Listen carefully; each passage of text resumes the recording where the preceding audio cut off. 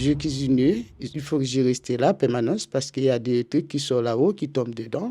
Il y avait la salle de bain qui est bien pourrie, c'est pas bon à voir parce que je suis un humain comme tout le monde. Et il y a le foie, il n'y a pas de chauffe-eau dans la maison. On est tous en train de crever dans la maison. Là, je peux plus. Il n'y a pas de détecteur de fumée, il n'y a pas de VMC, il n'y a pas de... Ça veut dire, à aucun moment pendant ces 25 ans, les pièces humides n'ont été traitées.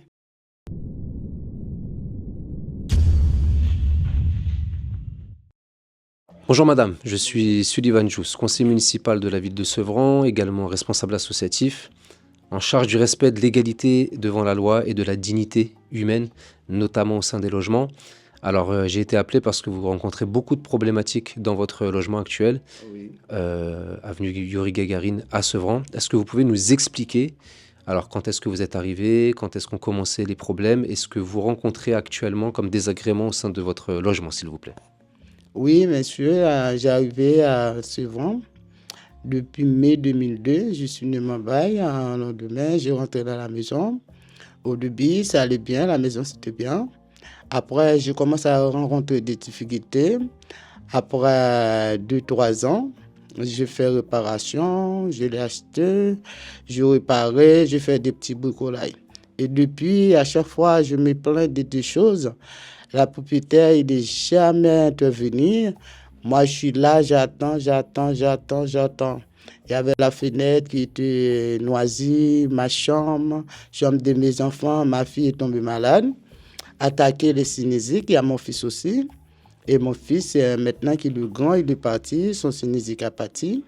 Mais ma fille était là avec une mauvaise respiration. À chaque fois, il faut qu'il court sur le médecin. Alors moi, j'étais obligé de demander concours parce que là, je ne peux plus. À chaque fois qu'il me dit, ouais, il vient à la cuisine. Je cuisine, il faut que je reste là, permanence, parce qu'il y a des trucs qui sont là-haut, qui tombent dedans. J'ai appelé le propriétaire. Il a envoyé quelqu'un, ils ont changé les baignoires. Il y avait la salle de bain qui est bien pourrie, c'est pas bon à voir parce que je suis un humain comme tout le monde. Je trouve pas, on peut pas payer pour avoir mal logé comme ça dans une maison. Alors j'étais obligé de demander des concours. Alors c'est vrai que là vous êtes dans un F3, Et c'est une histoire. vous payez à peu près 1100 euros À peu près presque de loyer. 1000 euros. Voilà, d'accord. Donc ce qui est déjà quand même assez conséquent. On est dans une propriété privée. Donc ce n'est pas un bailleur social, c'est un propriétaire privé à qui appartient l'intégralité du bâtiment. Et donc, comme vous le disiez, on va mettre des images qui apparaîtront à l'écran qui sont d'une extrême gravité. J'ai fait beaucoup d'appartements. Malheureusement, ce sont des problématiques qui sont récurrentes, pas uniquement dans ce quartier, c'est un peu répandu dans différents quartiers de la ville. Énormément d'humidité, de moisissures. Donc là, il y en a beaucoup dans la cuisine, il y en a dans la salle de bain, il y en a dans les chambres. Et ce que vous disiez, c'est qu'à un moment donné, dans la chambre de votre fille, la fenêtre a été changée parce qu'avant ça, j'ai vu les images, c'était une catastrophe. Et donc votre fille est tombée malade, votre fils est tombé malade et votre fils, depuis qu'il a déménagé, n'est plus malade. C'est bien ça? Ça va. D'accord. Depuis, mon fils est parti. Il n'est jamais malade à cause des noisissures là parce qu'il est avec un sinusite qui te débordait quoi. Chaque fois, il faut qu'il aille chez le médecin sur ma fille. Depuis, ma fille est tombée malade. Elle est toujours malade. J'ai demandé à des amis. Ils ont fait un petit bricolage pour moi dans la chambre de ma fille. C'était, bon, ça tient encore, mais c'est pas tout à fait parce qu'il y avait la fenêtre. Depuis 1 an, ils ont venu, ils ont enlevé, ils n'ont jamais fait rien du tout dedans. Cette année, ils ont venu, ils ont juste passé un petit coup. Et il y a le foie, il n'y a pas de chauffe-eau dans la maison. On est tous en train de crever dans la maison. Là, je ne peux plus. Parce que ça fait tellement longtemps que je suis dans la maison. Je n'ai jamais donné aucun problème avec les bailleurs. Alors, je demande pourquoi, comment on peut vivre comme ça dans une situation. Alors sachant qu'en plus, pendant les plus de 20 ans, presque 25 ans que vous êtes ici, vous n'avez jamais eu un loyer de retard. Et là, on voit même de toute façon qu'à l'heure actuelle, il y a du bricolage qui a été fait, mais il y a des choses qui ne sont pas... Les finitions ne sont pas faites, les encadrements de fenêtres ne sont pas faits, et même lorsqu'ils sont faits, c'est fait d'une manière où on s'interroge sur la qualité des ouvriers qui sont venus intervenir au sein de votre logement, parce que c'est, excusez-moi, c'est ni fait ni à faire. C'est vraiment très surprenant que ça se passe dans ces conditions-là. Euh, Quelles sont les démarches que vous avez tenté de mettre en avant ou d'activer? Est-ce que vous avez contacté, donc vous nous avez dit avoir contacté le propriétaire, mais est-ce que vous avez contacté le service hygiène de la ville? Est-ce que vous avez contacté la mairie qui pourrait peut-être vous aider dans ces différentes procédures? Oui, j'étais à la mairie, je te vois quelqu'un pour le service d'hygiène de venir, mais il m'a dit qu'il allait venir. Il n'est pas venu. Alors là, j'ai allé demander concours, j'ai expliqué mes problèmes. Alors, quelqu'un est venu dans la maison pour vérifier tout ça, si c'est vrai ou faux, quoi. Mais quand il est arrivé, il voit vraiment dans quel état je suis, c'est pas normal. Et donc ils ne sont pas venus? Non, ils sont pas venus. D'accord, donc pour l'instant c'est au statu quo. Alors il faut savoir une chose, c'est que le logement incompatible avec la dignité humaine, c'est un délit pénal. C'est puni d'une peine d'emprisonnement, d'amende, et très rares sont les locataires qui utilisent ce moyen de procédure. Donc aujourd'hui, nous ce qu'on vous propose, c'est de pouvoir vous accompagner. Parce que je sais que c'est difficile de vivre dans ces conditions. Vous êtes mère de famille, vous avez des enfants, et puis vous êtes un petit peu fatigué d'avoir à vous battre constamment contre le propriétaire.